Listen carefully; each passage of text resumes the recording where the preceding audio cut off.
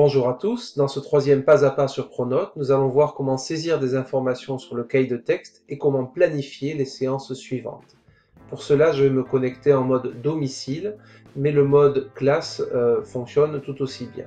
Je me connecte, je vais cliquer sur l'onglet cahier de texte et on va passer très vite sur la saisie des cours dans le cahier de texte parce qu'elle est finalement assez intuitive et l'interface est très simple.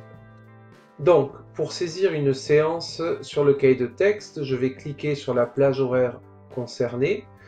Ici s'ouvre une interface de saisie. Je vais donner un titre au cours, par exemple EDL leçon 7, la phrase complexe. Je mets un titre au cours. Il s'agit ici d'un AP en demi-groupe, donc je vais sélectionner AP. Vous voyez qu'il y a d'autres catégories de cours possibles. Et ensuite, je vais rentrer le contenu du cours, auquel je peux adjoindre, si je veux, une pièce jointe, un lien vers un site internet, etc. À noter que si vous avez deux contenus différents à l'intérieur d'une même séance, vous pouvez ajouter un contenu séparé. Par exemple, je peux imaginer que j'ai fait un AP la première demi-heure et puis que derrière j'ai fait une interrogation orale. Donc pour l'indiquer, je vais cliquer sur plus. Vous voyez que j'ai un deuxième contenu qui vient d'apparaître. Et ici, je vais donc remplir mon deuxième contenu, indiquer qu'il s'agit d'une interrogation orale. Ici, j'indique ce qui s'est passé et je me retrouve donc avec deux contenus distincts sur la même séance. Si je souhaite me débarrasser d'un de ces deux contenus, je n'ai qu'à cliquer sur la petite icône de poubelle qui se situe à droite. Si j'ai prévu de faire un cours similaire dans d'autres classes qui ont sensiblement la même progression, je ne suis pas obligé de saisir la totalité du cahier de texte à chaque fois. Il y a une fonction copier-coller de cahier de texte sur Pronote. Pour cela, c'est très simple. Je prends finalement la plage horaire dont j'ai rentré le contenu. Je vais faire clic droit sur la case de ce cours, copier le cahier de texte. Et je vais ensuite aller faire clic droit sur les cours où je souhaite coller ce cahier de texte. Donc clic droit, coller le cahier de texte. Vous voyez qu'il apparaît sur cette nouvelle plage horaire. Clic droit, coller le cahier de texte. Le voici ici.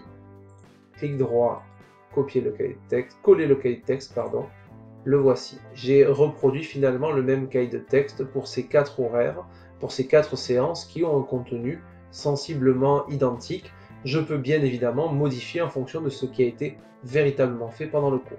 Si vous aviez donné des devoirs en remplissant cette première case, ils auront également été copiés. Alors d'ailleurs, parlons-en de la saisie des devoirs. Bon, elle est très classique, vous cliquez sur Nouveau, vous avez un certain nombre de choix prédéfinis, mais vous n'êtes pas obligé de vous tenir à ces choix prédéfinis. Vous pouvez enrichir la liste des choix prédéfinis ou saisir un travail de façon complètement libre. Je rentre la description du travail, j'indique ensuite la date de ce devoir.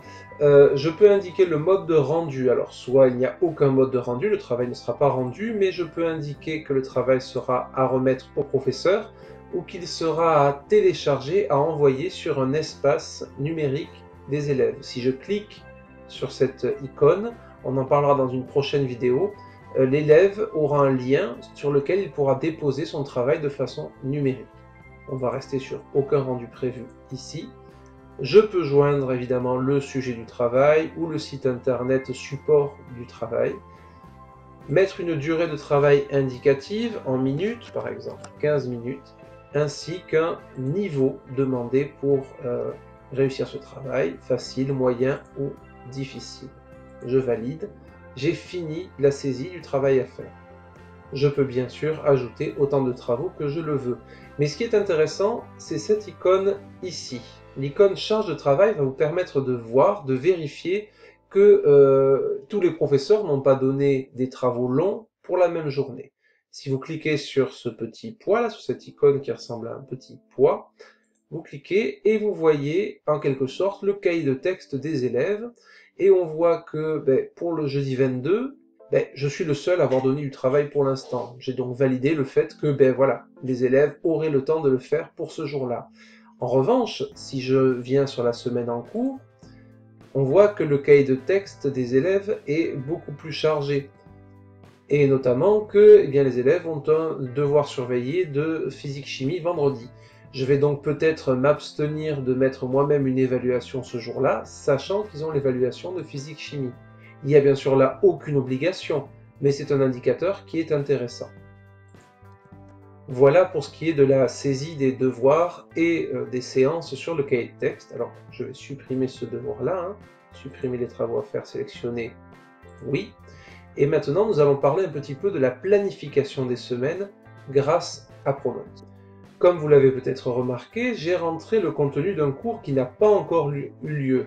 C'est un cours du 19 novembre et nous sommes le 15 aujourd'hui. C'est une possibilité qu'offre effectivement Pronote, c'est de planifier finalement les cours de la semaine suivante. Je pense que vous êtes comme moi et que globalement, en fin de week-end, dimanche après-midi ou dimanche soir, vous faites un peu le point sur les séances, les cours qui vont venir la semaine suivante.